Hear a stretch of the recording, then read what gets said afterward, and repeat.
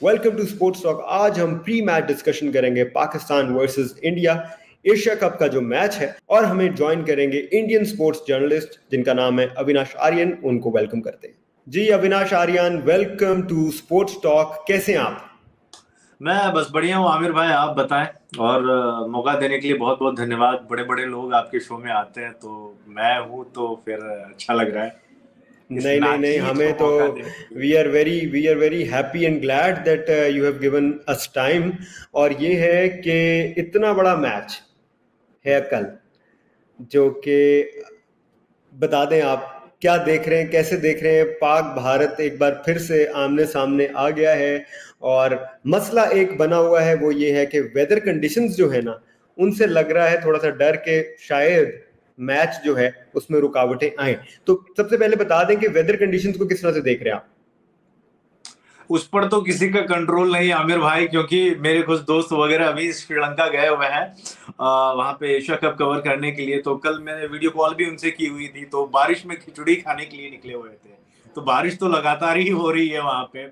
और weather conditions के बारे में हर फैन जो है इस समय अपडेट ही ले रहा है।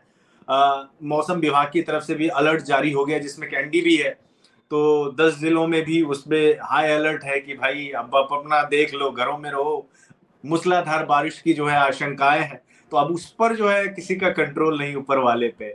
अब वो चाहे उनकी मर्जी हो तो मैच होगा, लेकिन मैं ये चाहूंगा, मेरे साथ जितने भी पूरी आवाम है हिंदुस्तान और पाकिस्तान की, वो चाहेंगे कि यार मैच हो, लेकिन 50 ओवर का मैच है तो 50 ओवर का ही मैच हो। हम लोग T20 गेम नहीं देखना चाहते। बहुत बोर हो चुका हूँ देखते देखते। पूरा का पूरा मैच हो जाए तो बहुत अच्छी बात है, और ना हो तो फिर हम लोगों की उम्मीदों पर जो है कहते हैं ना, पानी फिरेगा, यहाँ तो बारिश फिर देंगे। बहुत देर से इंतज़ार था इस मैच का, और पहले तो क्वेश्चन में था एशिया कप होगा नहीं होगा। फिर जब होने लगा तो फिर पाक भारत का मैच जो है उसका बेताबी से इंतज़ार है। और अब जो बिल्कुल अब कह लें कि सर पे आ गया मैच, तो बारिश का जो है वो रोल हमें देखने को मिलेगा। फर्ज करते हैं कि 50% ऑफ द डे बारिश हो जाती है, या 20% ऑफ द डे हो जाती है। और अभी क्योंकि ऑलरेडी अगर हो रही है वहां पे बारिश, तो उसका क्या इफेक्ट होगा on the ground, on the pitch, on the game? किस तरह से दोनों टीम्स जो है वो कौन से अपनी जो है कौन से अपने एलिमेंट्स को आगे लेकर आएगी गेम जीतने के लिए? देखिए, दोनों टीमें तो इस चीज को भी लेके प्लान बी में भी होगा कि अगर बारिश हो जाती है, ओवर्स घटते हैं हमारे, तो फिर उसको लेकर हम लोग क्या प्लान बनाते हैं। ओवरकास्ट कंडीशंस, और उसमें गेंद हल्की सी भी अगर हिल गई, क्योंकि हवाएं भी चल रही होती हैं, और मान ले कि अगर पाकिस्तान टीम पहले गेंदबाजी कर रही है, गेंद अगर हिल गई, तो आप लोगों ने भी देखा होगा कि हमारे बल्लेबाज अक्सर हिल जाते हैं, जरा सा भी हिली डुली तो बहुत ज्यादा मुश्किल हो जाएगा बल्लेबाजों के लिए, और भी ज्यादा टफ हो जाता है जहां पे गेंद हला थोड़ा सा भी मूवमेंट होना शुरू हो जाता है। और जो अब तक हम लोगों का इतिहास भी रहा है कि अंदर आती गेंद पर हमारे बल्लेबाज फंसते बहुत है।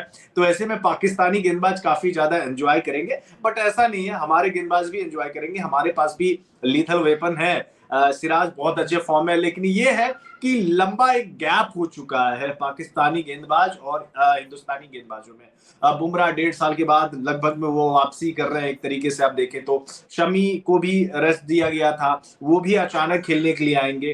तो एक वो बंदा जो घर बैठा हुआ था, आप उनको अचानक मैच में ला रहे हो। ऐसा नहीं कि प्रैक्टिस नहीं है, प्रैक्टिस है, लेकिन एक वो जो अभी 2 दिन पहले ही मैच खेल के आया हुआ है, तो उसमें ना जमीन आसमान का फर्क हो जाता है। और ऐसे में मुझे लगता है कि जो अभी खेल के आया हुआ है उसका थोड़ा सा अपर हैंड हो जाता है। रही बात कागजी आंकड़ों पे, तो मैन टू मैन अगर करेंगे तो फिर टीम इंडिया कहीं ना कहीं पलड़ा भारी लगता है, क्योंकि हमारे पास एक्सपीरियंस, बड़े मैच का प्रेशर को किस तरीके से हैंडल करना, ये सब है। लेकिन ओवरऑल जिस तरीके से पिछले मैच में हम लोगों ने देखा, जिस तरीके से संतुलित टीमें हैं, पाकिस्तान टीम के सिलेक्शन पे इस समय किसी को डाउट नहीं, क्योंकि उनको पता है कि प्लेइंग 11 क्या होने वाली है।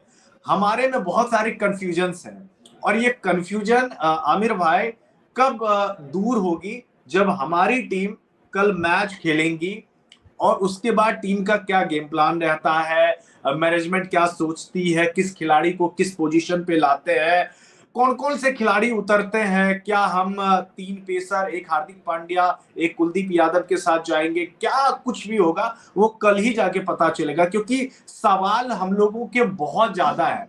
और डिफरेंस यही है कि पाकिस्तान टीम के पास सवाल ज्यादा नहीं है, उनका माइंड है, माइंडसेट के साथ उतरना है, बड़ा मैच है, खेलना है, मैच खेल के निकल। लेकिन हम लोगों के पास मीडिया प्रेशर, टीम कॉम्बिनेशन, लंबे समय के बाद अगर कोई खिलाड़ी इंजरी के बाद आ रहा है तो क्या उनका माइंडसेट होता है, क्या रिदम में आता है, आपको भी पता है, ये बहुत ही बेसिक चीजें हैं कि अगर कोई बंदा इंजरी के बाद वापसी कर रहा है, उनको रिदम में आने के लिए कम से कम मैं ये मानता हूं कि आपको 5 से 6 इंटरनेशनल मैचेस खेलने पड़ते हैं। और यहाँ पे एकाएक आप एशिया कप का इतना बड़ा मैच, मतलब अरबों लोग देखेंगे, 100 करोड़ से ऊपर लोग देखेंगे दुनिया में जहां कहीं भी हो, तो वो प्रेशर को किस तरीके से हमारे खिलाड़ी हैंडल करते हैं, बहुत ज्यादा मुश्किल है। मेरे ख्याल से प्रेशर में इस समय टीम इंडिया होगी, पाकिस्तान की टीम नहीं होगी। बिल्कुल ज़बरदस्त आपका एनालिसिस था आर्यन। मुझे ये बताइएगा कि प्रेशर जो इतना ज़्यादा बिल्डअप हुआ है उसमें एडिशन करता है ओडीआई नंबर 1 का फैक्टर भी, क्योंकि पाकिस्तान अब officially number 1 rank ODI team है। तो आप इन दोनों टीम्स में से अंडरडॉग्स किसको देखते हैं? क्योंकि टूर्नामेंट्स में हमने देखा कि जो है बिग इवेंट्स के ऊपर इंडिया जो है वो पाकिस्तान पे भारी रहा है ज्यादातर। तो आप उस तरह से किसको देखते हैं? दोनों टीम से अंडरडॉग किसको देख रहे हैं? यार अंडरडॉग्स तो आप हमेशा पाकिस्तान को ही लेके चले, और अंडरडॉग्स वैसे फेवरेट होता है, मतलब अंडरडॉग्स होना बहुत अच्छी बात है। जी जी हमारी जी। टीम अंडरडॉग्स नहीं हो सकती। अगर टीम इंडिया कहीं भी मुकाबला खेले, हम लोग यार फेवरेट्स के तौर पे ही हम लोग जाते हैं। और अंडरडॉग्स होना कहीं ना कहीं आपके लिए अच्छी बात है कि लोग ज्यादा एक्सपेक्टेशन नहीं लगा के रखते हैं, और जिनसे उम्मीद नहीं रहती वही अक्सर कमाल करते हैं। मैं ये बिल्कुल, क्योंकि क्योंकि मैं इसलिए मैंने ये बात पूछी आपसे, क्योंकि रिसेंटली ओडीआई नंबर 1 रैंकिंग जो है वो भी हमें मिली हुई है। तो क्या उसका pressure to some extent Pakistan पे होगा? ऑन द डे नहीं होता है। जब आप गेम खेलने के लिए उतरते हो तो आप ये नहीं सोचते कि यार बाबर मैंने अभी पिछले मैच में शतक बनाया, मुझे इसमें भी बना। ऑन द डे सब फ्रेश होके उतरते हैं, और ये दिमाग में नहीं रहता है कि हम वर्ल्ड नंबर 1 का तमगा लेके हमेशा माथे पे लेके जो है, ऐसा कुछ भी नहीं होता है। ठीक है क्योंकि बाबर ने भी ये देखा हुआ है कि 24 घंटे के लिए वर्ल्ड नंबर 1 बने थे, फिर उतर भी गए। तो उन्हें पता है कि मैच है, जीतेंगे हारेंगे, लेकिन ये एक गेम है, तो एक स्टेप के तौर पे हम लेते हैं, चाहे वो रोहित शर्मा हो या फिर बाबर आजम हो। तो इतना ज्यादा दिमाग में नहीं रहता है कि हम वर्ल्ड नंबर, अच्छा ये मैच हार गए तो वर्ल्ड नंबर से निकल, ऐसा रैंकिंग वगैरह नहीं देखता है। बिल्कुल हमने बिल्कुल अविनाश, और हमने ये देखें, ये इस चीज को हमने देखा भी, देखें जिस तरह से अफगानिस्तान के साथ जो मैच पड़ गया था, और जिस तरह से एंड पे फिर से उन्हें नसीम शाह हीरोइक्स जो है हमें देखने को मिले, तो वो डेफिनेटली ऑन द डे वाली बात है, नर्व्स की बात है, और वो मेंटेलिटी की बात है। और मेरा ख्याल है आप बिल्कुल दुरुस्त कह रहे हैं कि राइट नाउ पाकिस्तान का फोकस जो है और उनकी जो मेंटेलिटी है वो बहुत ऑन पॉइंट है, उनका फोकस बहुत सीधा है। वेयर टीम इंडिया जो है वो उनमें बहुत सारे सवालात हैं जिनका उनको खुद भी अभी जवाब जो है वो प्रॉबेबली ऑन द डे हमें देखने को मिलेगा। अच्छा अविनाश भाई, हमारा एक प्रोग्राम है 5 टॉकिंग पॉइंट्स, जिसमें वहाब रियाज से सवाल किया गया कि कौन सा प्लेयर जो है वो इम्पोर्टेंट होगा दोनों टीम्स के लिए। मतलब कि अगर इंडिया को कौन सा प्लेयर बेहतर होगा कि वो गिर जाए पहले, और पाकिस्तान के लिए कौन सा प्लेयर होगा जो गिर जाए पहले। तो आपकी क्या राय है? क्योंकि वहाब भाई ने कहा Rohit Sharma is the main man, अगर पाकिस्तान उनकी विकेट ले लेते हैं तो that would be a great start for Pakistan. और same goes to Pakistan opening lineup, जिसमें आ जाते हैं आपके इमामुल हक, फखर जमान एंड बाबर। अगर इंडिया उनको स्ट्राइक डाउन कर जाता है इनिशियल फेज में तो फिर गेम इंडिया के हाथ में चली जाएगी। आपका क्या ओपिनियन है इसमें? बिल्कुल बिल्कुल, वहाब भाई के साथ जो जो उन्होंने बात कही है, मैंने वो शो भी देखा हुआ था, बहुत अच्छी बात उन्होंने कही, और मैं इससे अग्री भी करता हूं। अगर आप क्योंकि मोस्टली लोग जो ना सोशल मीडिया पे, आप आमिर भाई भी देखोगे तो हर कोई विराट कोहली विराट कोहली विराट कोहली कर रहे होते हैं। लेकिन जहां तक मुझे लगता है पाकिस्तान टीम के लिए सबसे बड़ी और अच्छी बात ये होगी, और उनका मेन फोकस ये होगा कि आप ओपनिंग स्टैंड तोड़ो। अगर वो पावर प्ले के भीतर में आप रोहित शर्मा को ले लेते हैं तो बहुत अच्छी बात है, क्योंकि रोहित शर्मा का ओडीआई रिकॉर्ड्स पाकिस्तान के against in comparison to Virat Kohli काफी ज्यादा बेहतर रहा है। विराट कोहली का एवरेज जो है वो 48 का है पाकिस्तान के अगेंस्ट। 13 इनिंग्स खेली है, 2 सेंचुरी और 2 ही हाफ सेंचुरी है, 2 ही हाफ सेंचुरी है। लेकिन रोहित शर्मा की अगर आप देखो तो लास्ट एशिया कप 2018 वाला, उसमें तो वो भूत बना के मारा था। उसमें शाहीन भी खेले थे, आमिर भी खेले थे, बहुत बड़े बड़े गेंदबाज भी खेले थे। लेकिन रोहित अगर वो टिक गया, अगर वो पावर प्ले खेल लिया बहुत अच्छे से, तो प्रेशर आप ही पे आएगा सबसे ज्यादा, क्योंकि शाहिद अफरीदी विकेट नहीं मिला, नसीम को विकेट नहीं मिला, आपका मेन हथियार को ही विकेट नहीं मिलेगा, तो आप फिर शादाब पे जाओगे। तब तक टीम इंडिया आराम से हो जाएगा भाई, 10 ओवर हमने निकाल लिया है, अब उसके बाद गेंद हमें फुटबॉल नजर आने लगेगी। फिर उसके बाद आपको भी पता है कि हिटमैन क्या करता है वो। तो रोहित शर्मा का अर्ली विकेट्स जाना ये पाकिस्तान टीम की सबसे पहली सोच होनी चाहिए। ओपनिंग स्टैंड आप तोड़ो, विराट को जल्दी आना पड़े, तब जाके जो है आप लोग थोड़े से रिलैक्स हो गए। रोहित आउट नहीं हुआ तो फिर मार के वो, हम लोग कहते हैं भुट्टा छुड़ा देना, तो वो बहुत दिक्कत हो जाएगी आप लोगों के लिए। रोहित का आउट होना बहुत ज्यादा आवश्यक है। विराट कोहली तो धीरे धीरे उस स्वीट पॉइजन की तरह है, वो धीरे धीरे जो है ना स्विच चुभोते रहते हैं और एक इनिंग्स बिल्डअप करते हैं, फिर वो अंत में जाके कुछ करते हैं। लेकिन रोहित शर्मा इतना नहीं करते, वो सेट हो गया तो फिर आपको सेट कर देंगे, ये होता है। बिल्कुल ठीक है। और आप ही की ट्वीट है जिसमें हमने ये देखा कि फखर जमान अगर सेट हो गए तो वो फिर इंडिया को सेट कर देंगे। ये आपका रीसेंट ट्वीट है, तो ये आप बताएं कि ये जो आपका ओपिनियन है इसको किस तरह से देखें, क्योंकि फखर जमान जो है वो रिसेंटली हमने देखा वो अच्छा खेल रहे होते हैं लेकिन एकदम से फिर वो आउट हो जाते हैं और ज्यादातर वो एक ही तरह से आउट होते दिखे हमें रिसेंटली। तो उनकी फॉर्म आप किस तरह से देखें, कंसिस्टेंट है, इनकंसिस्टेंट है? इंडिया के खिलाफ आपको क्यों लग रहा है कि he can be the main man for Pakistan? देखिए, हम लोगों ने, आप भी आमिर भाई बहुत सालों से क्रिकेट कवर कर रहे हो, मैं भी देख रहा हूँ, बहुत सालों से देख भी रहा हूँ और कवर भी कर रहा हूँ। जहां तक मुझे लग रहा है फखर जमान को, जो एज ए इंडियन फैन के तौर पे हम लोगों का दिल बहुत तोड़ा है बंदे ने। 2017 का चैंपियंस ट्रॉफी फाइनल हम लोग कभी भूलेंगे भी नहीं। He is the big man, he is the big man for Pakistan. बहुत बड़ा बल्लेबाज है। आपको याद होगा semifinal match Australia, Mitchell Starc को किस तरीके से, अगर वो रन्स नहीं बनाए होते तो आप लोग पहले ही हाफ में मैच हार गए हुए रहते। और फखर जमान में वो काबिलियत है, जैसा अभी रोहित शर्मा के बारे में हमने आपको बोला ना कि बंदा सेट हो गया तो फिर वो गेंदबाज देखता नहीं है कि कौन आ रहा है, कौन बुमराह है और कौन शमी है, कौन सिराज हो गए, तू अपने घर का। जैसे रोहित शर्मा है कि तू शाइन है, होगा अपने घर का। फिर उसी टाइप का ये बल्लेबाज है। फॉर्म ना वो टेम्परेरी टाइप का होता है। अभी जो लोग फॉर्म के बारे में बातचीत कर रहे हैं ना, यही लोग अभी एक सीरीज पहले फखर जमान को बहुत बड़ा बना के हाइप कर रहे थे, अप्रिशिएट डबल सेंचुरी पे। फखर जमान, डबल सेंचुरी, उन्होंने 3 सेंचुरी, डबल सेंचुरी में तो हाँ, मतलब वो जो था उसके बाद तो वो कह रहे थे कि हिस्ट्री में इससे बड़ा बल्लेबाज नहीं आया, ये बातें होना शुरू हो गई थी। बिल्कुल बिल्कुल बिल्कुल, लगातार 3 सेंचुरी थी बंदे का, 2 उन्होंने बैक टू बैक मारे थे। उसके बाद एक सीरीज खराब गए। और कई लोगों के तो, मैंने आपके यहाँ के पाकिस्तानी जितने भी एक्सपर्ट बैठे रहते हैं वो तो ये बोल रहे थे फखर जमान को हटा के अब्दुल्ला शफीक को लेके आओ। एंड आई वाज थिंकिंग कि यार ऐसी सोच आप कैसे कर सकते हो कि एक सीरीज में आपका सबसे बड़ा बल्लेबाज जो 4 साल 5 साल से लगातार ओपनिंग करता है आप अचानक चेंज करोगे। मैं तो चाहूंगा कि इंडिया खिलाफ चेंज कर दो भाई, अब्दुल्ला शफीक को लेके आ जाओ। ऐसा नहीं होता है। फखर जमान बहुत बड़ा प्लेयर है, बिग मैच प्लेयर है। बस वही है कि अगर वो शुरू में आउट नहीं हुआ, पैर आपने जमने दे दिया, तो फिर किसी भी गेंदबाज के लिए आसान नहीं होगा उनके सामने, क्योंकि वो रुकता नहीं है। वो फिर अपनी मर्जी से खेलता है और रिमांड पे लेता है।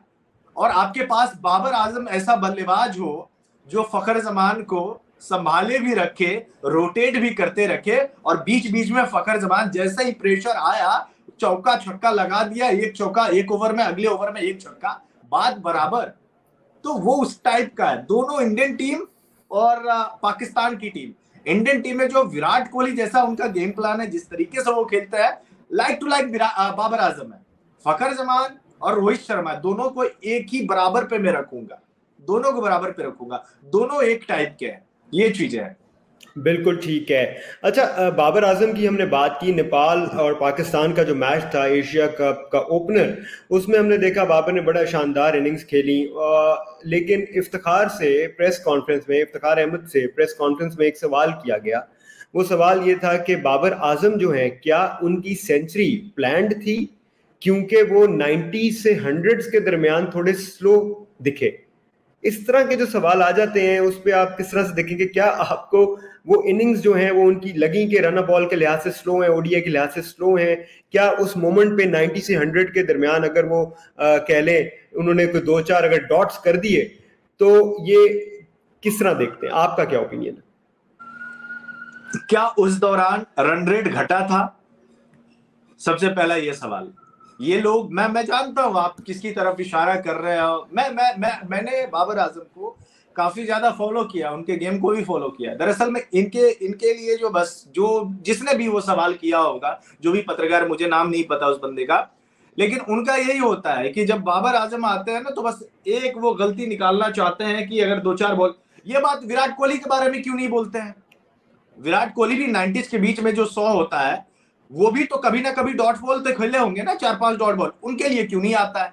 अब बाबर आजम जो कि आपका स्टार प्लेयर है, अगर वो 2-4 डॉट बॉल खेल भी लिया, जाहिर सी बात है, अगर मैं खेलूंगा, मैं खेल रहा हूंगा और मैं शतक के करीब जाऊंगा तो मैं भी ये चाहूंगा ना कि ट्रिपल फिगर में मेरा स्कोर हो। मैं भी चाहूंगा। जब आप रन्स बनाओगे तभी तो वो टीम के काम आएगा। और एंड ऑफ द स्टोरी क्या हुआ था? आपने बनाए 342 रन और आपने 238 के आसपास मैच जीत लिया था, उतने रनों से जीत लिया था भाई। तो क्या हो गया? बाबर ने सेंचुरी, उसके बाद उन्होंने जो 100 से लेके 150 के बीच में जो 20 बॉल में बनाया, उसके बारे में तो बात नहीं कर रहा है। इनको दिक्कत ही अक्सर बाबर आजम से है। आपके यहाँ के कई लोग हैं जो कि जानबूझ के वो चुभते हैं, बाबर आजम का नाम ही चुभता है उन लोगों को, क्योंकि उनको पता है कि ये बंदा बहुत ऊपर वाला है, बहुत ऊपर जाएगा। तो ये कुछ कुछ होते हैं जो टांग खींचते रहते हैं। बहुत पहले आमिर भाई मैंने एक शेर देखा था ओम शांति ओम फिल्म में, और मैंने वो कई दफा बाबर आजम को डिस्क्राइब करते हुए भी जब भी मैंने उनके डिफेंड में बोला भी है तो ये शेर जरूर मैं बोलता हूं उनके लिए कि नूरे हक शमा इलाही को बुझा सकता है कौन, जिसका हामी हो खुद खुदा उसे मिटा सकता है कौन।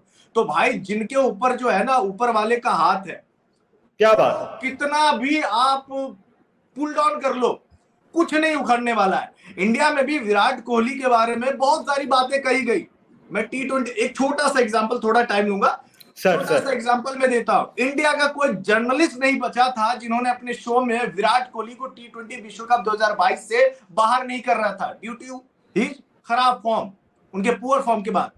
लेकिन जब विराट कोहली ने एमसीजी में वो 82 रन की पारी खेली थी ना, और जब वो केक कटिंग हो रहा था तो सारे वही जर्नलिस्ट सारे के सारे बैठ के विराट कोहली के साथ केक कटिंग किए, केक खाए और उनके साथ फोटो खिंचा रहे थे। और कहते हैं ना कि जब कामयाबी मिलती है ना तो बहुत भीड़ होती है, और जब नाकामयाबी मिलती है ना तो अनाथ ही होता है, वही वाली बात है। तो बाबर ये चाहते हैं कि बाबर के जो फॉर्म है ना ये खराब हो ताकि इनको और बोलने का मौका मिल जाए, नथिंग एल्स, इससे ज्यादा कुछ नहीं। और ऐसे लोगों पे ध्यान नहीं देना है, ऐसे लोगों पे बिल्कुल भी ध्यान नहीं देना। बाबर को यार पूरी दुनिया रिकॉग्नाइज कर रही है। इंडिया में बैठ के Harsha Bhogle, Michael Vaughan, Ian bishop, क्या ये लोग क्रिकेटर नहीं है? ये सब इन चीजों पे ध्यान नहीं देना है। मैं तो हमेशा बोलता हूं, मैं तो गली क्रिकेट से आगे बढ़ भी नहीं पाया, तो मेरी कोई हैसियत नहीं है कि मैं विराट कोहली को बताऊं कि भाई तू ऐसा शॉट क्यों खेल के आउट हुआ। मैं कभी भी नहीं बोलता। ना मैं बाबर आजम को पुल शॉट खेलना सिखा सकता हूं, नहीं भाई, बिल्कुल मेरी हैसियत ही नहीं है। मैं बस इतना देख सकता हूं कि बाबर ने शतक बनाया, विराट कोहली ने शतक बनाया, लेट्स अप्रिशिएट, कमाल का शतक बनाया, अच्छी बात, बड़ी बात, इससे ज्यादा हमारी हैसियत ही नहीं है, ना हमारी ना आमिर भाई आपकी। बिल्कुल ठीक है अविनाश भाई, जबरदस्त, आपने बहुत जबरदस्त बातें की हमारे साथ। और ये देखें, ये जो भी देखेगा ना उसको एक ये एंगल पता चलेगा कि शायद ये समझना जरूरी है कि जो ग्राउंड में है वो बहुत ऊपर है। 5 टॉकिंग पॉइंट्स में हमारा एक इवेंट में आपके साथ शेयर करता हूं कि वहाब रियाज से जब सवाल किए जा रहे थे तो उसकी कंफर्मेशन फिर होस्ट लेती थी, या विक्रांत भाई से लेती थी या राहुल भाई से लेती थी। तो राहुल भाई ने बड़ी अच्छी बात की, उन्होंने कहा देखें वहाब तो ग्राउंड में खेले हैं, उनको तो हमसे बहुत ज्यादा पता है कि वहां क्या मामला है। तो ये आपकी बात भी बिल्कुल उन्हीं लाइंस पर है कि जो खेले हैं, जो खेल रहे हैं, जो उस टेम्परामेंट में रह के वो सारे मामला को, उस एटमोस्फेयर को देख रहे हैं, उनको हमसे बहुत ज्यादा पता है कि अगली बॉल पे क्या करना है, कहाँ कौन सा फील्डर है, बॉल कितना पुराना है, स्पिनर है, फास्ट है, कि इसको कहाँ खेलना है। तो ये बात बिल्कुल ठीक है। हम ज्यादा से ज्यादा ये कर सकते हैं कि स्टैटिस्टिक्स देख लें और स्टैटिस्टिक्स पे देख के अपना जो है ना गम शेयर कर लें अगर डिसअपॉइंटमेंट हो जाए, या खुशी का इजहार कर लें। इसी के साथ चलते हैं अविनाश भाई, who will win the Pakistan India match? ये आमिर भाई, मेरे से बहुत सारे लोगों ने सवाल किया है पिछले 1-2 हफ्तों से, और मैं बोलता हूँ कि यार इतना प्रेडिक्शन पता रहता तो मैं अपनी शादी नहीं कर लेता। मुझे पता रहता कि मेरी शादी कब हो रही है, कवारे बन बैठे हुए। देखिए क्या है ना कि पता नहीं है, बट आप अपनी टीम को सपोर्ट करें, हम अपनी टीम को सपोर्ट करेंगे, और उम्मीद करेंगे कि ऊपर वाला जो है ना एक दिन के लिए पेंडिंग रख ले बरसात को, और पूरा का पूरा मैच होने दे। उसके बाद मैच के बाद जो है ना बारिश करा दे, ताकि अगर हम हारे तो आंसू के साथ वो धुल जाए, आप हारे तो आंसू के साथ धुल जाए। क्या बात है अविनाश भाई, अविनाश भाई बड़ी बात की है। आंसू गिर रहा है कि क्या बारिश हो रही है। बड़ी बात की है अविनाश भाई, बहुत शुक्रिया फॉर ज्वाइनिंग अस, और हम आपको अब मिलते रहेंगे, आपको हम अपने शोज पे बुलाते रहेंगे, और बहुत सारे लोग जो हैं वो इंतजार कर रहे हैं आपका 5 टॉकिंग पॉइंट्स पर भी। तो यू नेवर नो कि अविनाश भाई जो हैं वो कब हमें 5 टॉकिंग पॉइंट्स पे ज्वाइन करें। Thank you so much, Avinash bhai. धन्यवाद। This is Amir Hamza signing out from Sports Talk. Keep watching Zalmi TV for exciting sports updates.